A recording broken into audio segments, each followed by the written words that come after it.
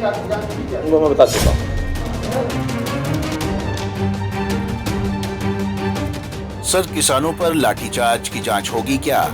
जरा देखिए सवाल के जवाब पर मुख्यमंत्री की चुप्पी, या यूं कहें कि कैसे सवाल से बचते नजर आ रहे हैं।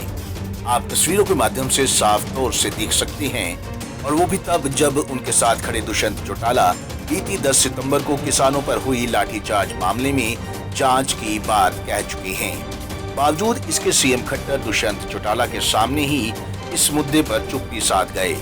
हालांकि किसान आंदोलन पर जरूर सीएम खट्टर ने इसे कांग्रेस की किसानों को उकसाने वाली राजनीति करार दे डाला, लेकिन किसान आंदोलन मामले के सवालों से सीएम खट्टर बचते जरूर नजर आ रहे थे। वहीं सिरसा से विधायक गोपाल कांडा और सीएम खट्टर की गुप्त मुलाकात भी सियासी गलियारों में चर्चा का विषय जरूर बनी हुई है।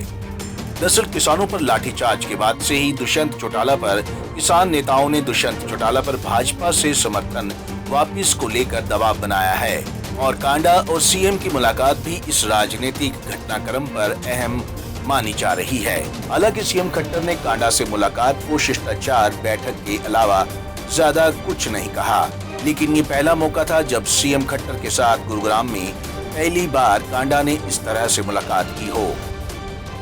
देखिए, पहली बात तो ये है कि किसान का हित ये हमारे लिए सर्वोपरि है।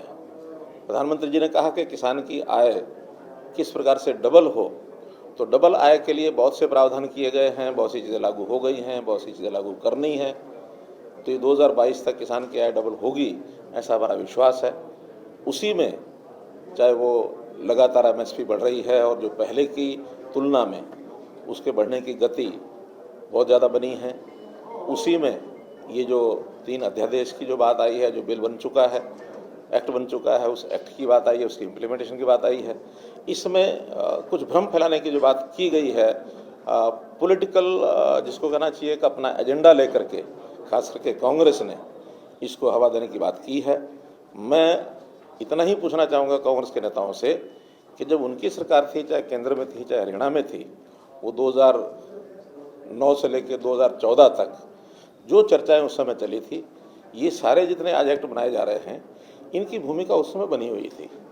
वो जो एक्ट उस समय बनने जा रहे थे, उन्होंने कुछ बनाए, कुछ नहीं बनाए, कुछ अधूरे छोड़े, और चाहे उसमें स्वामीनाथन रिपोर्ट की बात की इम्प्लीमेंटेशन करने की बात थी, जो वो नहीं कर पाए थे, आज अगर वो हो गए हैं तो उसी में अब उनका जो विरोध नज़र आता है, ये बेमाने हैं।